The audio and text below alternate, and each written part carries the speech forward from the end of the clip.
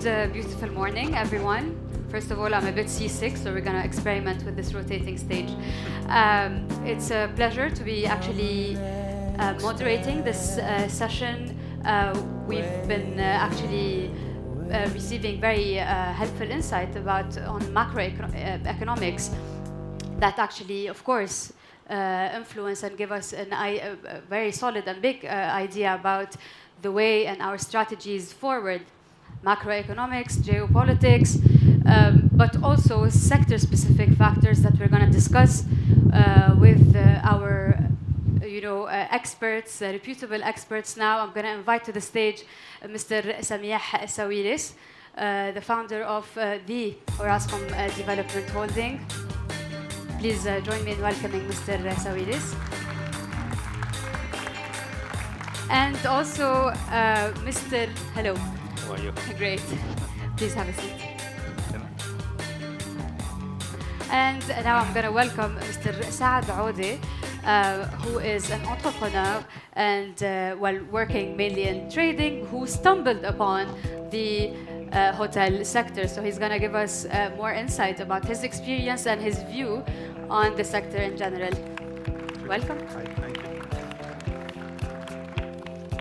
So, as I was saying, macroeconomics, geopolitics, and also the world as we know it is changing, right? The way we communicate with each other, the way we travel, the way we manufacture, and with the way even we do art. Everything is changing with technology. The business model of the hotel sector is quite rigid, I would say, and it's a bit resistant to massive disruptions because it's, well, as we were talking, it's relying heavily on the human touch. Nevertheless, specific factors related to the sector in specific are reshaping the industry. Mainly, we hear, of course, the challenge of oversupply in the region, in the Middle East region, that is basically leading some players to try and diversify their revenue streams on one hand. On the other hand, mega government projects are being launched, long-term tourism projects that are also going to reshape the industry as we know it. Also, new products are being introduced, new competitors on the block, mid-range hotels, eco-development, etc. And of course, technology, as I mentioned, from, on one hand, the customer experience to automation and to data analysis. So those are a couple of things we're going to discuss with my panelists here. Mr. Sawiris, I'm going to start with you. Oversupply seems to be the main challenge that this region faces.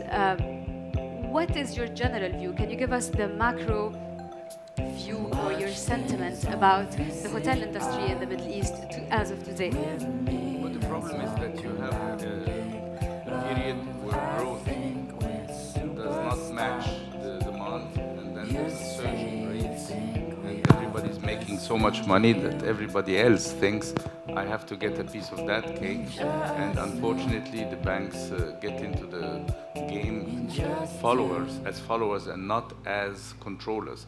Normally, you'd expect the banks to do proper due diligence whether the market really needs all these new projects.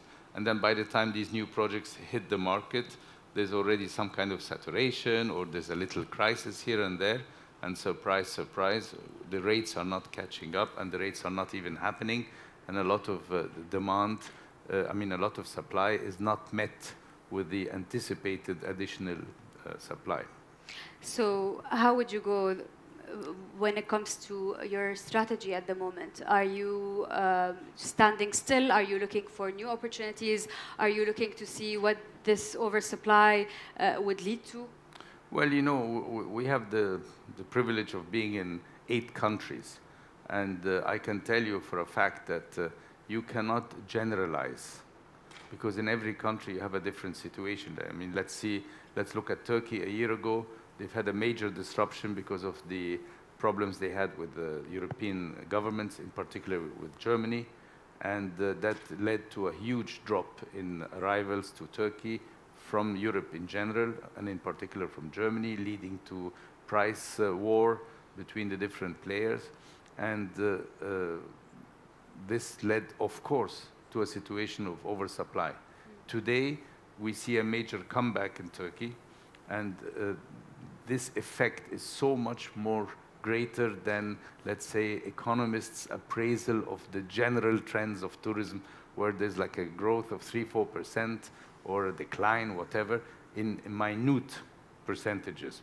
But these certain events can really knock down our country's tourism industry much more severely, and therefore you should not generalize. When you take Egypt as an example, we've had basically a war against us after the change of the regime. You know, when the Muslim Brothers were kicked out, all the Europeans teamed up and decided that this is not a very good idea, and we want Egypt back with the Muslim Brothers, and they started boycotting Egypt to put more pressure, and net result is, you know, like a Russian plane blows up over the skies of Egypt. Britain and Germany decide no more tourism to Sinai, and that was a killer. So you have this severe decline that led to, of course, an oversupply. So you tell me today the market in Egypt needs new rooms. I'll tell you, absolutely not. We need higher rates. We need to upgrade the service in these hotels because they've suffered tremendously. You know, Egypt had really what I consider to be the perfect storm between the international financial crisis and the Arab autumn, as I prefer to call it. You had far too much than any sector can take. So the net result is what you see today, that we have oversupply. I'm going to ask you now, Mr. Audeh, because your story with the sector is a bit particular. You have found yourself actually in it. You are not specialized in it. So can you tell us more about it? And now would you be looking for new opportunities? Do you think now it's the time, or as we're talking, the outlook seems a bit like invites you to do the opposite and to basically wait? I mean, you're absolutely right. We're not into hospitality, our main course of business, but we got involved by default about literally 3 years ago. And one of the reasons was we are developers, we're traders, and so on as a family business. And we had an opportunity to develop in Jordan, full residential buildings, commercials, and so on. And then we also had to do a hotel. And the story is we did what a normal owner would do, go out and try to find an operator. And the story, I mean, we went to speak to all the top 5 operators, and personally, we built up a good relationship. We had a good, and what came out of that is I realized that at the end of the day, we are just a number to them, you know, as an owner, investor. In which they are looking to sign up 15, 20 years contract with you. The main reason of that was, you know, we built up a relationship with the development team. We invited them, we spoke to them. 6 months into it, the development team will change, they'll get relocated somewhere else, so we have to start again to build up another relationship with a new person. And then eventually, when we did receive the financials of the investments and everything else from the operator, we were just referred to as a client number. So that to us put us a complete stop, and I said, oh, this is not how we want to, you know, we've never had that business. Always our businesses with the principals, we build up relationship with the principals, we wanted a long-term relation, we wanted to be involved. So we ended up literally had 2 options, either do a white label or we do find a smaller brand. And just by, again, default again, I was in Beirut, came across the Grey. The Grey in Beirut is sitting right in between the 2 main competitors, Phoenicia on one side and the Four Seasons on the other side. And it's in par, and it literally does very well. I was quite surprised that we went there. I stayed, I had a meal there, and I was really impressed. And second time round, I asked to see, my compliments to the management, compliments to the team, and Gordon was there, and I met with him. And I invited him to Amman. We literally brought him within 24 hours to Jordan. And then the rest is history, and we started talking about it. And the idea was it's just to do something different. We wanted to say we want to be involved. You know, we don't want the cut, copy, paste. Yeah. You know, of what's out there. That's it. And in reality, what we're looking at now, you know, we've learned the business, and we're 3 years into it. All I see now is new innovations, new opportunities, new brands coming in, and you know, they are trying to come in on that sector. Yeah, sorry, no, please continue. Yeah, I mean, you know, and you're saying to me about opportunity. Yeah, there is opportunities, because now the sector which we're seeing, or we got involved in as well, which is the branded resident, the service apartments, all of this is now becoming key. It's not just about, you know, short-term stay. It's also about long-term stay, lifestyle brands as well. Yeah, we're going to talk more about that, but let's just rewind a bit back to the macro. That was a very interesting case study. And experience. I want to go back to like one of the macro factors, the government projects that are being launched in the region. Very ambitious, huge tourism projects that are aiming to affect both the demand side and the supply side. How would you see them happening, and how will they reshape the industry? Well, you know, when you have a big crisis and you have a skepticism in the market, usually that's when you go out and do some incentive programs, or you go out and do it yourself. And the Egyptian government, for example, chose to do it itself. Other countries have given more incentives to investors to entice them to come and activate some of the ailing projects or some new projects to create more employment, which is obviously the key factor in the Middle East right now. So you have to look at them country by country. And as you were saying, huge government projects. Yes, Egypt is launching tons of them as a government to speed up. What about the supply problem? The supply. Well, they don't have a big issue with that, because at the end of the day, they don't have debt to pay back to the banks. They don't have to. They're not really accountable. So that at the end of the day, as long as the project is happening and employing tons of people before, during the execution and after the execution, the target has been achieved. Get the economy back in shape, get more people working, get more contractors active, get more suppliers supplying goods. You know, and how will they affect? It's not such a bad idea in a time of crisis to do that. And the pricing scheme, how will this affect the prices and the margins of the players? Well, let's pray that the demand keeps mounting, because if it doesn't, we will have a continuation of this era of bad rates, which lead to bad service, which lead to less demand, and so on. It's a spiral, you know. And speaking of demand has been changing. We're seeing new products on the block, new competitors. Can you tell us more about your experience? You're talking eco developments, also the mid-range hotels. But from your part, you have been seeing more demands on the eco front, and also the branded developments. Can you tell us more about it? Yeah, sure. I mean, definitely, I think the trend is changing, and we are in that wave, because there is. The lifestyle has changed, and you know, the lifestyle brands, the eco brands. I mean, today with the 2030 vision, everybody is having to aim towards the 2030 vision. And one something that we've looked into as ourselves internally, and now within the last year we've created something, is that we can construct. We've looked into eco construction to be able to build hotels, to be able to be involved from A to Z and develop products, because that's ultimately the goal. You know, we want to be out there. And you know, the branded resident, the service apartment residents, this is all now, all I see is everywhere now. Every building that goes up has to be branded. Every residential, you know, and it wants to be a service hotel. People, consumers today are literally, they're looking for that all-inclusive, you know, when they want to invest. And you know, the hotels are picking up on that. And you know, so it is an opportunity that I think that definitely, this is where the way we're all going to be going to, you know, be living in a fully A to Z, because our lifestyle is becoming busier and busier. So what we need now is we just drive in and have it live in a residence, but be run and managed by a hotel. And that's how we see it. Speaking of you know, new demands, new products that are being developed, we're talking increasing costs, right? Because we're investing into those new products.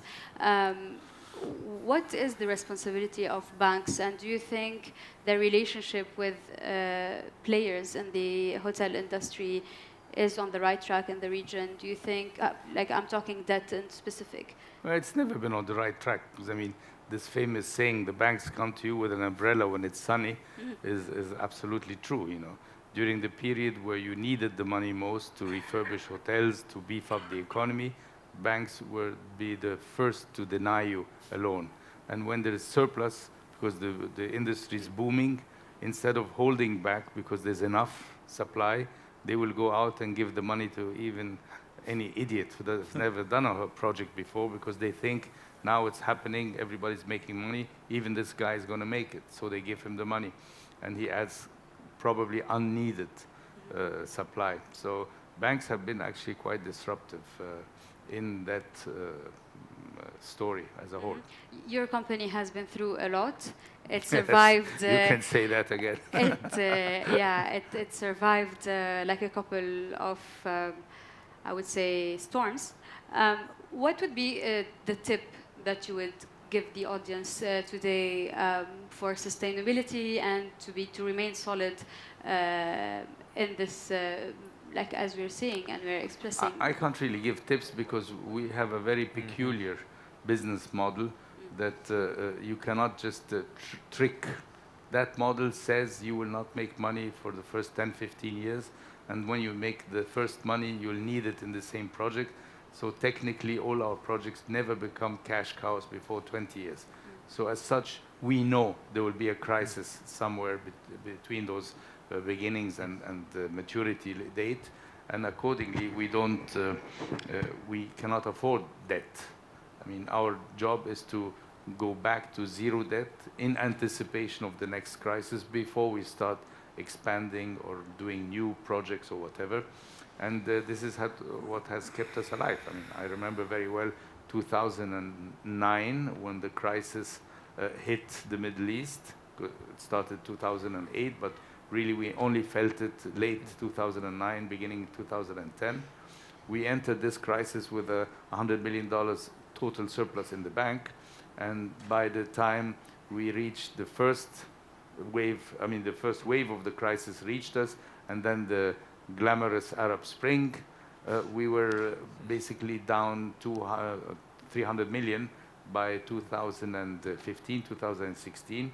And once we started going back to, let's say, normality or something close to normality, we started again reducing debt, and today we're at the level of 240 or something. And the target is to go back to zero, because we, for sure, after a few years, we will get the next crisis. You can't give a tip to people because their business models, I'm assuming, run over 2 years, 5 years, 10 years. Nobody works on these long-term projects like us. Thank you. A very short answer, please, now, because I think time is up. Just a question about technology. What do you think the potential of technology in the hotel sector is? And do you think it's appropriate to start investing or focusing in our strategy of investment in technology, be it automation, be it data analysis? I mean, very quickly, I think you can't ignore technology. And technology today is the future. We like it or we don't like it. But one thing that I think for hotels, you should not go too much into technology in respect that not to lose that human touch. So, to maintain that, because at the end of the day, when people come into a hotel, check in a hotel and so on, they want to have that touch, they want that service, and technology could never replace that. But otherwise, we are all living in a data age, and yes, apps and everything else has to be included. Analysis, I mean, this is part of parcel, and that's something that we will all evolve into. So definitely yes, but not to lose that human touch in that technology. Yeah, but you want to check in and be met by a friendly face and saying, how are you, how was your trip, etc., Those are being faked, by the way, now. But you want to check out without seeing anybody. Exactly. So that's where technology will be very handy. What do you think, quickly, about technology? Well, you cannot avoid it, because it's also led to a huge change in the perception of clients. Like in the old days, you used to go to a Hyatt because you knew exactly what Hyatt brings.